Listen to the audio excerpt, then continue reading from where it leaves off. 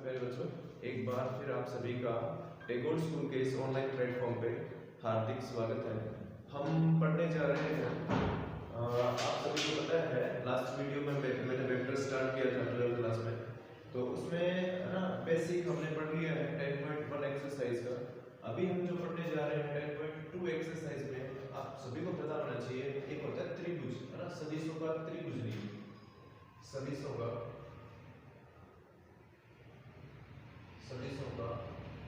त्रिभुज नियम, सदिशों का त्रिभुज नियम।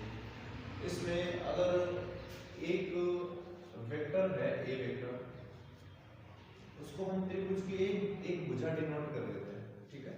उसके बाद में दूसरा जो वेक्टर है इसी क्रम में लेना आपको, उसको हमने ले लिया बी वेक्टर। देखिए क्रम सेम है, ठीक है, ये इस तरफ जा रहा है, ये इस तरफ है, तो जो इन दोनों का ऐड करेंगे, इन दोनों का जो योग करेंगे, जैसे a प्लस बी, तो वो विपरीत क्रम में त्रिभुज की तीसरी भुजा को डिनोट करेंगे। विपरीत क्रम में, विपरीत क्रम कैसे बना? देखिए a इस तरफ जा रहा है, फिर b भी इसी तरफ जा रहा है, लेकिन c देखो उल्टा आएगा इस तरफ, ऐसे। तो ये तीसरा जो है c वेक्टर, ये इस त्रिभुज की दो भुजाओं का योग के बराबर होता है। जैसे मैंने लिखा c वेक्टर बराबर a vector plus b vector, ये है सदिशों का त्रिभुज नियम। एक बार फिर बता देता हूं मैं, जैसे आपने एक वेक्टर ले लिया, ये इसको मैंने लिखा a वेक्टर, इसी क्रम में आपको दूसरा वेक्टर लेना है, उसका नाम ले दिया हमने b वेक्टर। तो इन दोनों का जो परिणामी होगा उसको त्रिभुज की तीसरी भुजा से प्रदर्शित करते हैं, उसको मैंने लिखा c वेक्टर। तो ये त्रिभुज की तीसरी भुजा देखिए विपरीत क्रम में है, इन दोनों का क्रम इस तरफ है, जैसे एंटी क्लॉकवाइज है, लेकिन c देखिए क्लॉकवाइज आ रहा है। तो अगर मैं c वेक्टर लिखूंगा तो वो आएगा a vector plus b vector, ठीक है। ये हो गया त्रिभुज, ये तो है फर्स्ट। इसके अलावा एक और है, उसको हम देखते हैं, उसका नाम है, जो दूसरा वाला है उसका नाम है समांतर चतुर्भुज नियम। उसका नाम क्या है? समांतर चतुर्भुज नियम, ठीक है। सदिशों का समांतर चतुर्भुज नियम, यहां लिखूंगा मैं समांतर चतुर्भुज नियम, समांतर चतुर्भुज नियम। तो इसमें होता है कि इसमें भी ये ट्रायंगुलर रूल है ना अप्लाई होगा, देखना। तो समांतर चतुर्भुज में एक भुजा को हम a वेक्टर मान लेते हैं, ठीक है, एक भुजा को a वेक्टर मान लेते हैं। दूसरी भुजा को मैंने एक भुजा और बनाई, उसको मैंने मान लिया b वेक्टर। तो आप लोगों को पता है कि समान सदिश किसे बोलते हैं? जिनके डायरेक्शन और परिमाण दोनों इक्वल होते हैं, ठीक है, सेम होते हैं। तो यहाँ से मैं एक अगर यहाँ बनाता हूँ, एक वेक्टर और बनाया, अगर इसका परिमाण और इसका परिमाण सेम है और डायरेक्शन तो सेम नजर आ ही रही है आप लोगों को, तो इसको भी मैं क्या लिख सकता हूँ? a vector. अगर यहाँ मैं एक और बनाता हूँ, ये मैंने एक वेक्टर और बनाया, ये वेक्टर जिसका परिमाण इस वेक्टर के बराबर है और इनकी डायरेक्शन तो सेम है ही, ये दोनों समांतर है, तो ये समांतर चतुर्भुज बन गया।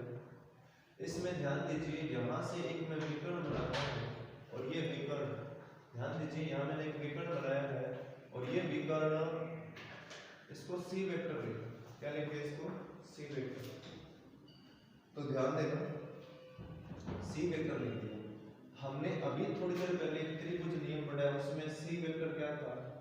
a vector plus b vector. इसका मतलब दो सदिशों का योग के बराबर होता है, जो ये विकर्ण होता है। तो इसमें भी तो वही बात है, दो देखिए ये a वेक्टर है, फिर इसी क्रम में ये b वेक्टर है, लेकिन ये c वेक्टर जो इस चतुर्भुज का विकर्ण है वो विपरीत क्रम में है, तो इसमें भी ये भी नियम लागू होगा ना। तो इसका मतलब ये वही हुआ कि इसमें भी आप अगर c वेक्टर निकालना चाहते हो तो ये होता है a vector plus b vector.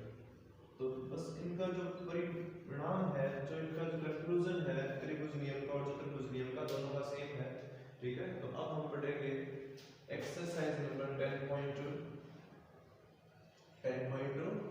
पढ़ेंगे, ठीक है, ध्यान देना। एक्सरसाइज नंबर 10.2 और क्वेश्चन नंबर हम पढ़ेंगे फर्स्ट, क्वेश्चन नंबर हम पढ़ेंगे फर्स्ट, ध्यान देना। अभी आपके सामने मैं क्वेश्चन लिखता हूँ। तो आरपीएससी की जो बुक है, वैसे ये एनसीईआरटी की बुक है, लेकिन अपना बोर्ड तो ऑब्वियस है। क्वेश्चन नंबर फर्स्ट ये है कि निम्नलिखित सदिशों के परिमाण का परिकलन कीजिए। आपको इनका परिमाण निकालना है। आपके पास क्वेश्चन नंबर फर्स्ट है ये, और इसमें ए वेक्टर दिया हुआ है, तो ए वेक्टर के सामने मैं लिखूंगा आई कैप प्लस जे कैप और प्लस के कैप, ये दिया हुआ, ठीक है। ये इसमें जैसे तो तीन क्वेश्चन दिया हुआ है, इसमें मैं फर्स्ट लिख रहा हूं। आपको पता होना चाहिए अगर हमें परिमाण निकालना है किसी भी वेक्टर का, जैसे मैंने यहाँ लिखा ए वेक्टर बराबर x i के प्लस y j के प्लस z k के, इसका अगर परिमाण निकालना है तो परिमाण होता है मॉडुलस ऑफ ए वेक्टर, ये होता है। और इसका जो फॉर्मूला होता है ये होता है यहाँ x घटक का स्क्वायर, फिर y घटक का भी स्क्वायर और z घटक का भी स्क्वायर। तो आप बताइए ये कि अपने क्वेश्चन में, अपने सवाल में यहाँ x का वैल्यू 1 है, y का 1 है और z का भी 1 है, तो मैं लिखूंगा 1 का स्क्वायर प्लस 1 का स्क्वायर प्लस 1 का स्क्वायर, तो ये ओवरऑल कितना आएगा 1 1 1 कितना आ गया 3 आ गया। तो मॉडुलस ऑफ ए वेक्टर कितना आएगा 3 आ जाएगा। इसी प्रकार इसमें दो क्वेश्चन और दिए हुए हैं, उनमें से भी एक करवा देता हूं मैं। सेकंड देखिए, इसमें एक और करवा देते हैं। लिखा हुआ ये है, उसको बी वेक्टर नाम दिया हुआ है, ठीक है। इसमें लिखा हुआ है 2i के माइनस 7j के और माइनस 3 के, ये लिखा। तो ध्यान आपको ये देना है कि यहाँ पर अगर मैं इसका भी मॉडुलस निकालता हूँ, मापांक का मतलब हो गया ना, आपसे परिमाण पूछा है तो 2 का स्क्वायर करना है प्लस फिर माइनस 7 का स्क्वायर करना है और प्लस माइनस 3 का भी स्क्वायर करना है, सेम ही चीज है एकदम। तो 2 का पावर 2 कितना हो गया 4, 7 का पावर 2 कितना हो गया 49 और 3 का पावर 2 कितना हो गया 9। तो यहाँ से अगर ये हो रहा है 58 और 4 तो ये हो गया 62, ठीक है। यहाँ कितना हो गया 49 और 9 कितना हो गए 58, 58 और 4 कितना हो गए, हाँ बस मॉडुलस ऑफ बी वेक्टर, इसका मतलब ये इसका परिमाण हो गया। इसी प्रकार आप इस तरह निकाल सकते हो, बहुत सिंपल है। तो अगर आपको ये क्वेश्चन नोट करना है तो वीडियो को आप एक बार पॉज कर लीजिए और फिर है ना इसको लिख लीजिए, ठीक है।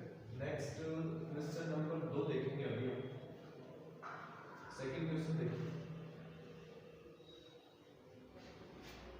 तो सेकंड क्वेश्चन में सेकंड जो क्वेश्चन लिखा हुआ है उसमें लिखा हुआ है, दूसरा ये लिखा हुआ है क्वेश्चन संख्या 2 लिखा हुआ है समान परिमाण होना चाहिए लेकिन सदिश दोनों अलग अलग होने चाहिए। परिमाण क्या होना चाहिए सेम, लेकिन सदिश दोनों अलग अलग होने चाहिए, है ना। समान तो क्या होना चाहिए परिमाण, समान परिमाण होना चाहिए और भिन्न भिन्न सदिश होने चाहिए, भिन्न भिन्न सदिश होने चाहिए, ठीक है।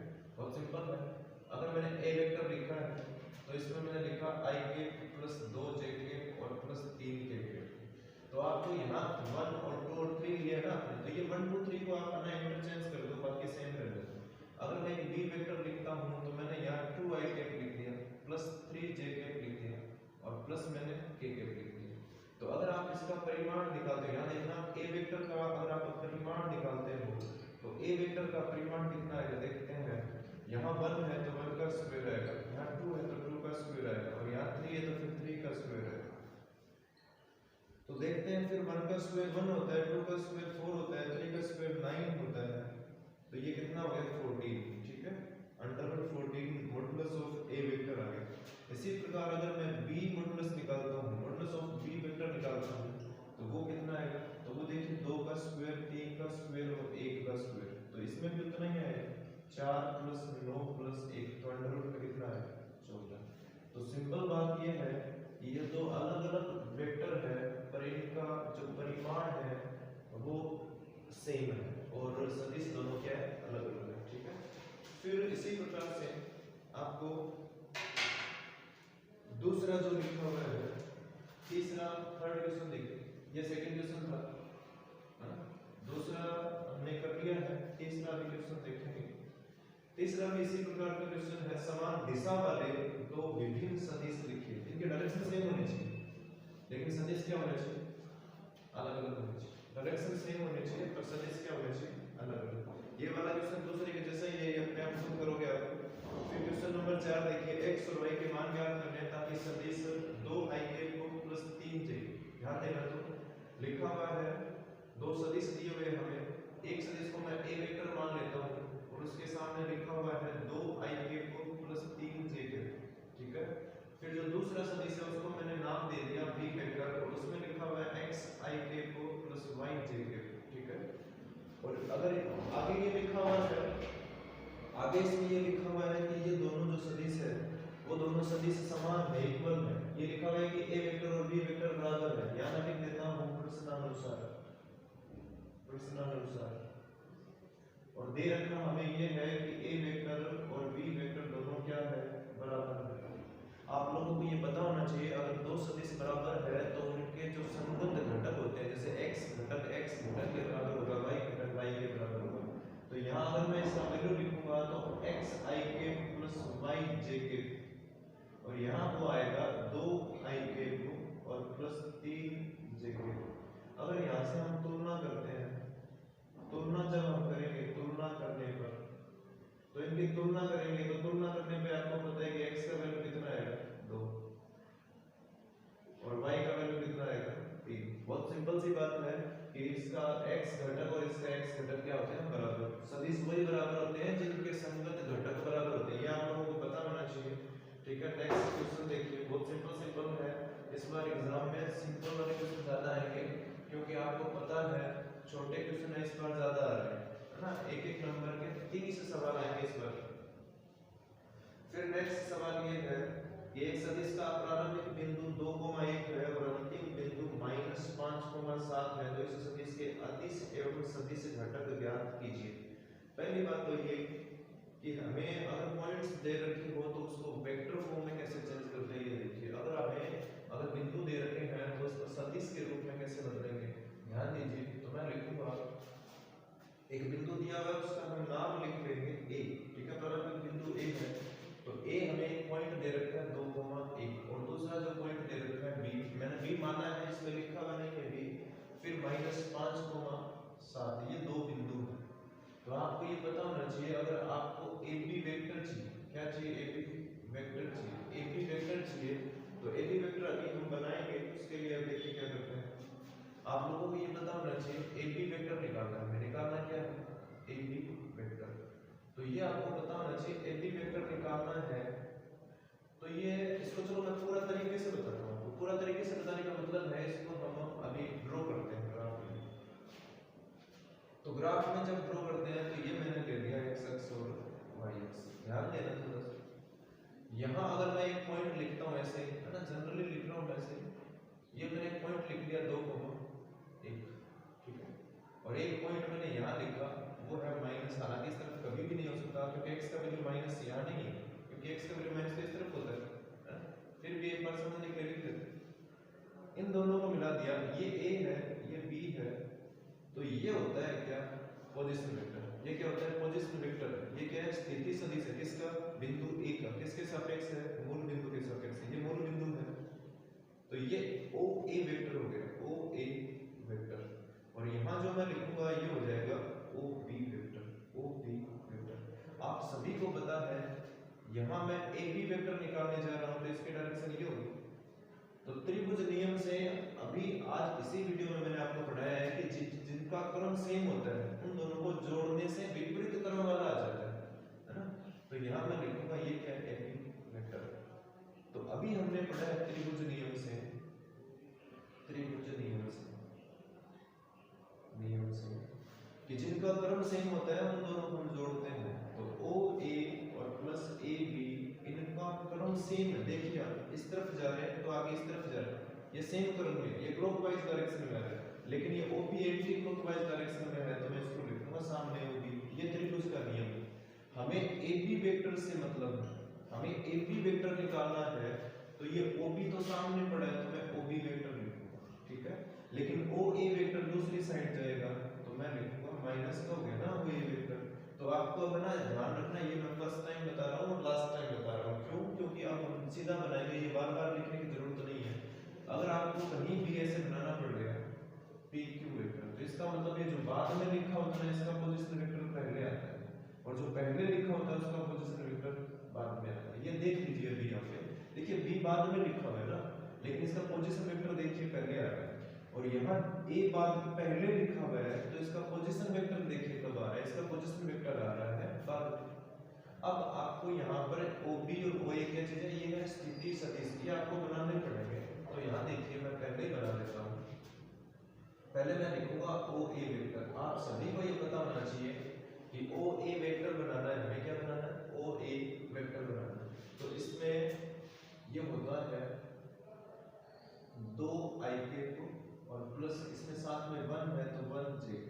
अब इसमें तीसरा मतलब z निर्देशांक है ही नहीं तो k नहीं आएगा। फिर यहाँ मैं लिखूंगा OP वेक्टर, ये हो गया इसका B बिंदु का पोजीशन वेक्टर, तो ये आएगा -5 IK और +7 JK। अब ये इन दोनों के वैल्यू हम यहाँ रखेंगे, तो OP का वैल्यू कितना है, -5 IK, ठीक है, -5 IK और +7 JK। फिर माइनस लिखा मैंने OA का वैल्यू कितना है, OA का 2 IK है, यहाँ ब्रैकेट लगा देते हैं, और प्लस कितना है JK, ये देखिए प्लस कितना है JK। अब यहाँ देखिए -IK को और +7 JK को, माइनस को अंदर भेजेंगे तो 2 IK माइनस का JK, माइनस के 5 IK को और माइनस का 2 IK, तो माइनस के 7 IK हो गए। फिर 7 JK में से ये JK निकालोगे आप तो प्लस का 6 JK बचेगा। तो यहाँ AB जो वेक्टर आया है ये इसका वेक्टर फॉर्म है। अब इसमें आगे शायद आपसे अदिश घटक भी पूछे हैं, तो इसके अदिश घटक अगर पूछा है तो बिंदु पूछे है ना, बिंदु अगर -7 को 6 आ जाएगा, -7 को आपसे इसमें पूछा है इस सदिश के अदिश एवं सदिश घटक ज्ञात कीजिए। तो आपको सिंपली नजर आ रहा है ये इसका वेक्टर फॉर्म आ गया। अगर इसका मैं परिमाण निकालूं, क्या निकालूंगा, परिमाण। परिमाण आपको पता है मॉडुलस ऑफ AB वेक्टर होता है, और इसका अगर मॉडुलस निकालेंगे हम तो -7 का स्क्वायर करना है और +6 का भी स्क्वायर करना है, तो ये कितना आ जाएगा, 7 का स्क्वायर 49 और उसका 36 आएगा। इन दोनों को जोड़ने से आपको पता है 9 6 15 7 और 8, तो अंडर रूट कितना आ जाएगा, 85, ठीक है। इसी प्रकार अब हम छठा क्वेश्चन करेंगे, उसमें जो 6th क्वेश्चन है उसमें लिखा हुआ है 3 सदिश दिए हुए हैं A B और C, 3 सदिश है उनको जोड़ना है। तो ये भी आपको पता होना चाहिए जब सदिश को जोड़ते हैं तो उनके जो संगत घटक होते हैं ना वो जुड़ते हैं या फिर वो घटते हैं, अगर माइनस होगा तो वो घटेगा।